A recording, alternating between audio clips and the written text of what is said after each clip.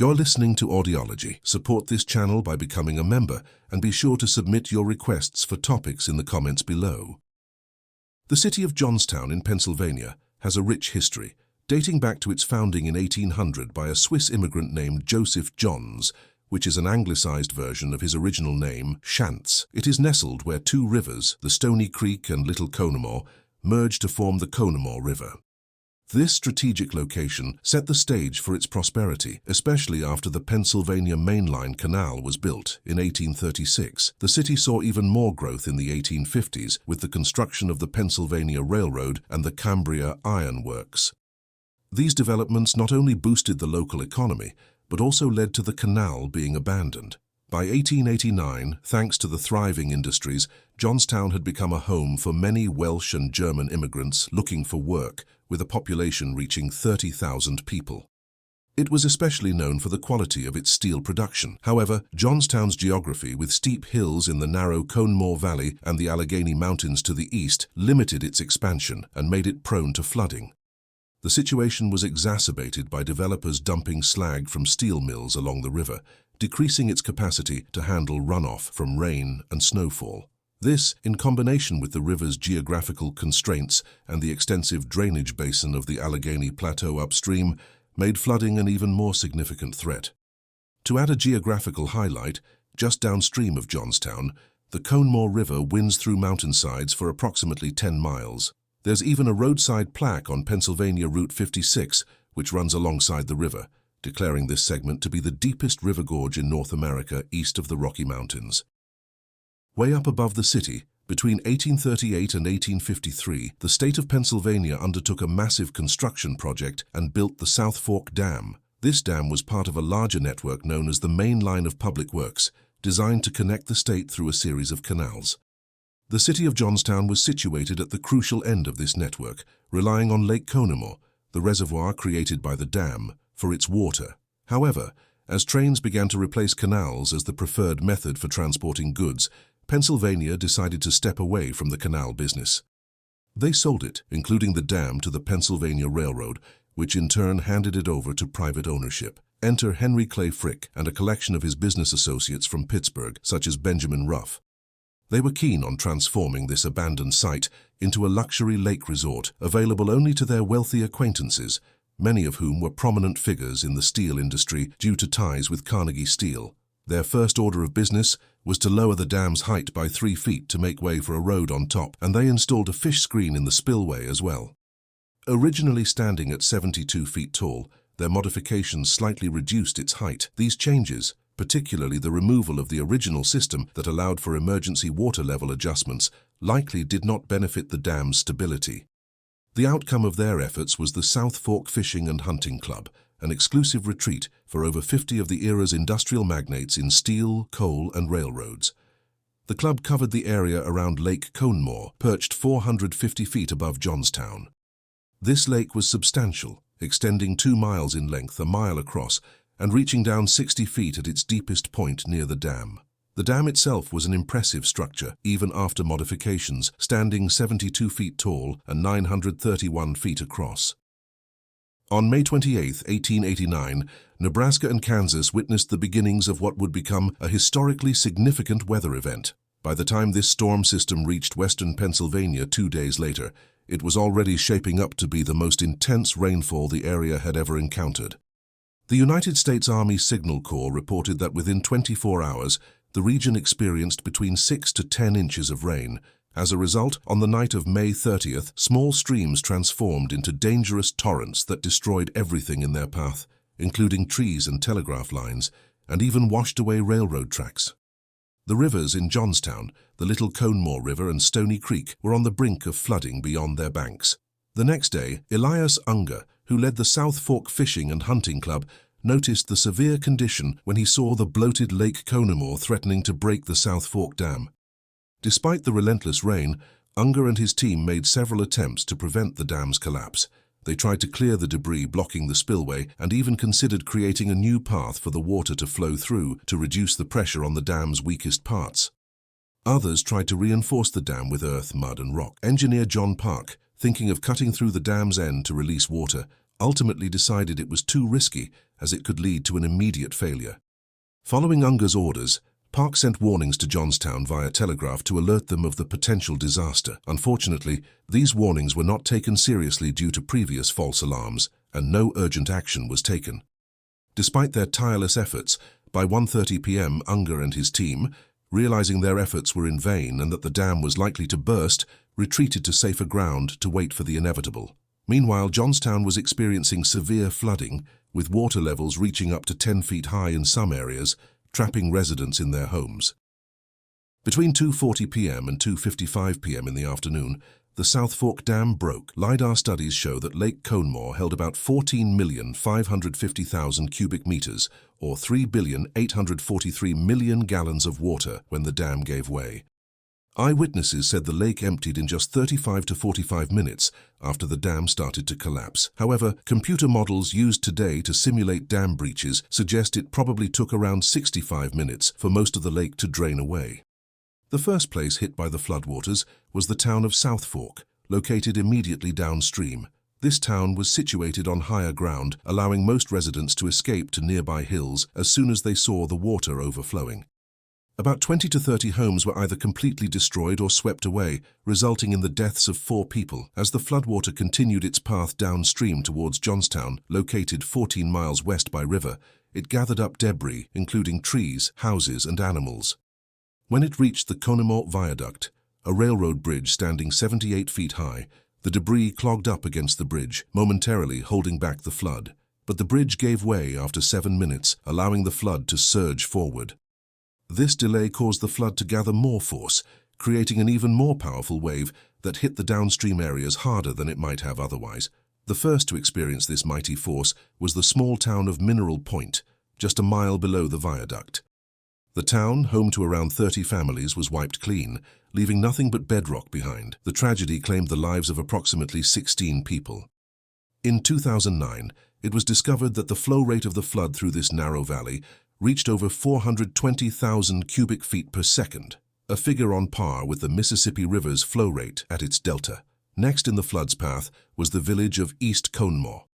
A bystander watching from higher ground noted the water was so filled with debris that it looked like a huge hill rolling over and over. Engineer John Hess in the village's rail yard felt the ground shake and heard the flood's roar. He quickly put his locomotive in reverse, sounding the whistle non-stop to warn others. His actions helped save many lives as people ran for higher ground. Despite his efforts, the flood lifted his still-moving locomotive off the tracks and set it aside. Hess survived, but the flood claimed the lives of at least 50 people in the village, including about 25 passengers stuck on trains. Just before it slammed into the heart of Johnstown, the flood unleashed its fury on the Cambria Iron Works, located in Woodvale, a nearby town. This powerful surge swept away railroad cars and barbed wire with it. Out of Woodvale's population of 1,100 people, 314 lost their lives to the flood. When the floodwaters struck the Gautier Wire Works, boilers exploded, sending up clouds of black smoke that could be seen from Johnstown. This disaster also spread miles of barbed wire among the flood's debris. A mere 57 minutes after the dam broke, the catastrophic flood hit Johnstown.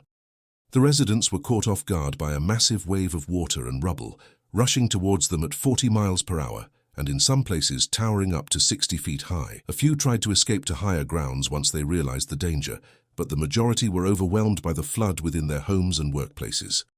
The flood was merciless, crushing many under debris, while others were ensnared by barbed wire from the wire factory upstream. Survivors who managed to reach the safety of their attics, rooftops, or float on debris had to wait for hours before rescue came. In the middle of Johnstown stood the Stone Bridge, a well-built arched bridge carrying the Pennsylvania Railroad across the Conemaugh River. The flood's debris, which now included twisted steel rails, boxcars, entire buildings, and victims' bodies, created a makeshift dam at the bridge. This blockage forced the floodwaters to surge back upstream along Stony Creek River before gravity pulled the surge back towards the dam, causing a second, devastating wave that struck the city from another direction. Some of the people washed downstream earlier found themselves trapped in a deadly blaze when the debris against the bridge caught fire, claiming the lives of at least 80 people. The fire raged for 3 days. Once the floodwaters receded, a 30-acre pile of debris up to 70 feet high was left at the bridge. Cleaning up this massive pile took workers 3 months, delayed partly by the massive amounts of barbed wire entangled in the wreckage. To clear it, they eventually resorted to using dynamite. Originally, it was believed that the flood resulted in 2,209 people losing their lives, marking it as the deadliest disaster involving civilians in the United States at the time. This toll was eventually exceeded by the 1900 Galveston hurricane and the September 11th attacks. However, an interesting twist occurred when historian David McCullough shared the story of Leroy Temple, a man who was thought to have died in the flood but actually survived. Temple made a remarkable escape from the flood's debris and after leaving the valley settled in Beverly, Massachusetts. He returned to Johnstown 11 years later, leading to the adjustment of the official death count to 2,208. The extent of the tragedy is further highlighted by records from the Johnstown Area Heritage Association. The aftermath saw bodies discovered as far away as Cincinnati, Ohio, and as many as 22 years later, in 1911. The flood wiped out 99 families completely, which included the loss of 396 children. Additionally, it left 124 women and 198 men without their spouses, and made orphans of 98 children. A poignant detail is that a third of those who died, totaling 777 individuals, were never identified. These unidentified victims were laid to rest in Grandview Cemetery in Johnstown. On June 5, 1889, just 5 days after a catastrophic flood, the American Society of Civil Engineers, or ASCE, took a significant step. They established a team of 4 distinguished engineers, led by James B. Francis, a respected figure in hydraulic engineering, and a former president of the ASCE. This team was tasked with uncovering the reasons behind the disaster. They conducted a thorough investigation, which included examining the South Fork Dam's design and modifications, speaking with witnesses, commissioning a topographic survey, and performing hydrologic calculations. However, when their investigation concluded on January 15, 1890, the contents of the report were kept confidential, not shared with the public or even other ASCE members. At the ASCE's annual meeting in June 1890, committee member Max Becker hinted that the report wouldn't be released anytime soon, citing concerns about potential legal entanglements. Despite the interest from many within the society, the report remained unpublished until 2 years after the tragedy, in June 1891. William Shinn, who had ties to industrialist Andrew Carnegie and served as the ASCE as president beginning in January 1890, entrusted Becker with the decision on when to make the report public. Becker chose to release it during the ASCE's convention in Chattanooga, Tennessee in 1890, where James Francis presented their findings. Notably, the other investigators did not attend. The committee's final report suggested that even if the South Fork Dam had been maintained to its original design standards, it likely would have failed. This has been a point of contention over the years. A 2016 hydraulic analysis supported the critique that modifications made by the South Fork Fishing and Hunting Club dramatically decreased the dam's resilience against significant storms. The adjustments included lowering the dam's height by about 3 feet and not replacing crucial discharge pipes, effectively halving the dam's safe discharge capacity. This, combined with changes to the dam's spillways, critically compromised its functionality. The report also identified an emergency spillway, first documented by Walter Frank in 1988 and supported by 1889 topographic data, which, if included with the main spillway, met the original 1847 design widths proposed by state engineer William Morris. After the tragedy, many survivors pointed fingers at the South Fork Fishing and Hunting Club. They said the club's changes to the dam, which included lowering it and clogging a spillway, were to blame. Additionally, there were complaints about the lack of upkeep on the dam, making it unable to handle the extra water from an exceptional rainfall. The club managed to dodge any legal blame with the help of the law firm Knox and Reed, which later became Reed Smith LLP. Philander Knox and James Hay Reed, both members of the club and partners in the firm, successfully argued in court that the dam breaking was an act of nature, beyond human control. As a result, no compensation was given to those who suffered from the flood. Despite the club and its members never being legally found at fault, this event sparked discussions and eventually led to a new legal principle. This principle, known as strict, joint, and several liability, meant that even someone who wasn't directly negligent could be held responsible for damages resulting from unnatural land use. In a display of goodwill, some of the wealthy members of the South Fork Club contributed to the recovery efforts in Johnstown. Notably, Henry Clay Frick, a co-founder of the club, and about half of its members gave thousands to help the town. Furthermore, Andrew Carnegie, another prominent figure of the time, funded the construction of a new library for the town. The strong feelings surrounding these events were captured in a poem by Isaac G. Reed, reflecting the deep emotions and frustrations of the time. The Johnstown Flood was the deadliest flood of the 19th century in the U.S. and remains the most disastrous to ever hit Pennsylvania. It destroyed 1,600 homes, caused about $17 million in damages, that's roughly $550 million today, and wiped out 4 square miles of downtown Johnstown. The wreckage at the Stone Bridge spanned over 30 acres, with cleanup efforts expected to last years. The Cambria Iron and Steel Company saw significant damage, but managed to get back to full production in just 18 months. In an around-the-clock effort that lasted a week, workers constructed a wooden trestle bridge to replace the destroyed Conemaugh Viaduct. This quick action allowed the Pennsylvania Railroad to resume its service to Pittsburgh, which is 55 miles away, by June 2nd.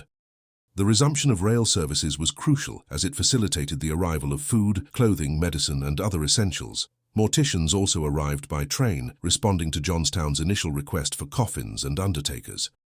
Dynamite Bill. Flynn and his team of 900 worked tirelessly to clear the debris at the Stone Bridge, while simultaneously distributing food and setting up temporary shelters. The total number of relief workers eventually reached about 7,000 at its peak.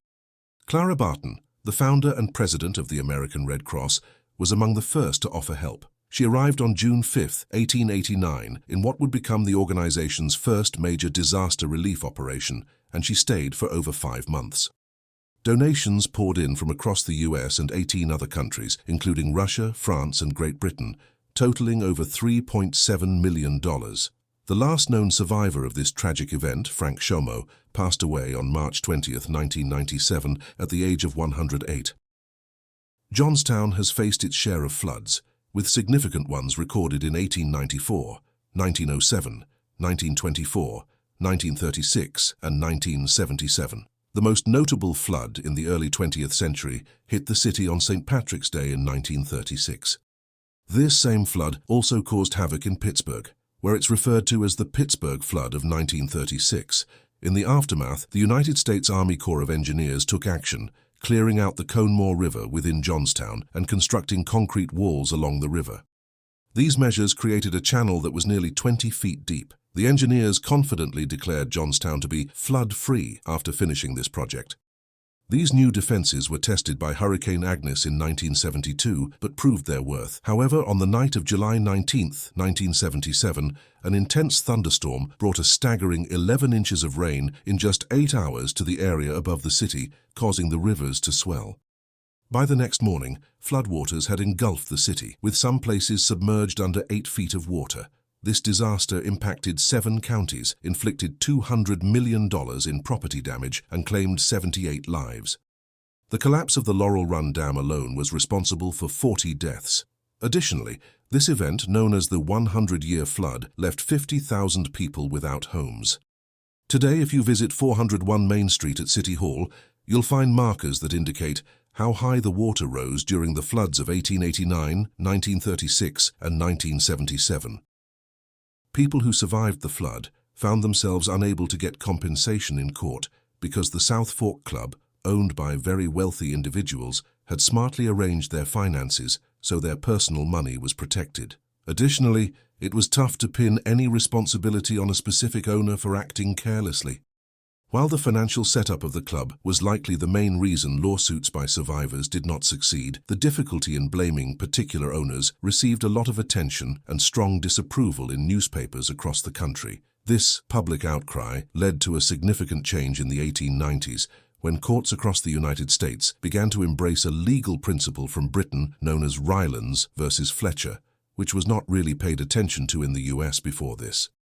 Under Rylands, someone could be considered liable for harm caused by unusual activities on their land, even if they weren't found to be negligent. This shift towards accepting what's called strict liability marked a turn in how the legal system approached such cases into the 20th century. Thanks for watching. Share your thoughts in the comments and subscribe for more content.